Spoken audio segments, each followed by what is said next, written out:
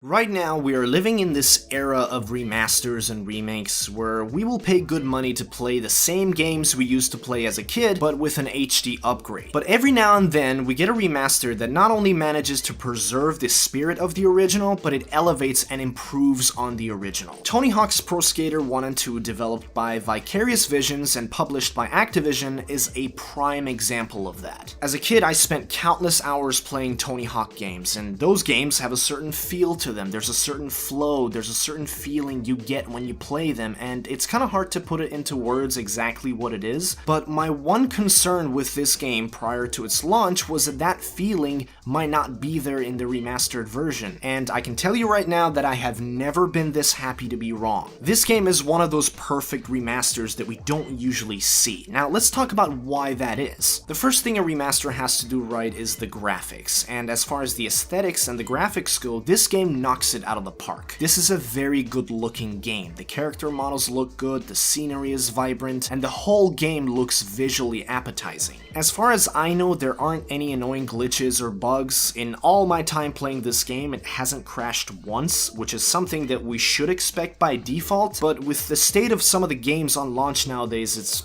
honestly a miracle. Not only are the OG characters back, but they also added some skaters from today's generation, which is great. You have more characters to choose from, and having more options doesn't hurt. This game is a very faithful remaster, but they added some little quality of life changes that make this game even better in some ways, and for that, you could say that it's not just a remaster, it's a remake. But it's still very similar to the original games, and for that, I think it's a remaster. For example, they added the revert and a wall plant move, and both of those are welcomed additions that make the whole gameplay feel more fluid, and if you're a purist, the game actually gives you the option to switch to the old classic way of playing as well. But I never really did that because those changes just make the gameplay more fun. I will say that this is a very short game. You don't have a whole lot to do, and it doesn't take long to finish it. I mean, they did the best they could. They give you challenges, and there's a progression system, and you can earn more money for more customization options. So they did try to give you more things to do. But I would say just the basic fundamentals in this game, just doing combos and different tricks, are so well done that they alone keep you playing. You don't necessarily have to accomplish tasks in order to enjoy the game. The game is fun on its own. There isn't really a whole lot to say about this game. It's a really good game, and if you enjoyed the original games, then you're gonna absolutely love this one. There is one thing that really concerns me though. When I was exploring the customization aspect of this game, I could smell microtransactions. Like, I just expected to eventually stumble upon a marketplace of some kind, where they would sell me virtual currency in exchange for real money, so I could spend it and get more customization items. There are no microtransactions in this game as of now, but the game looks to be designed as if there were microtransactions in it. And that scares me because this game is published by Activision,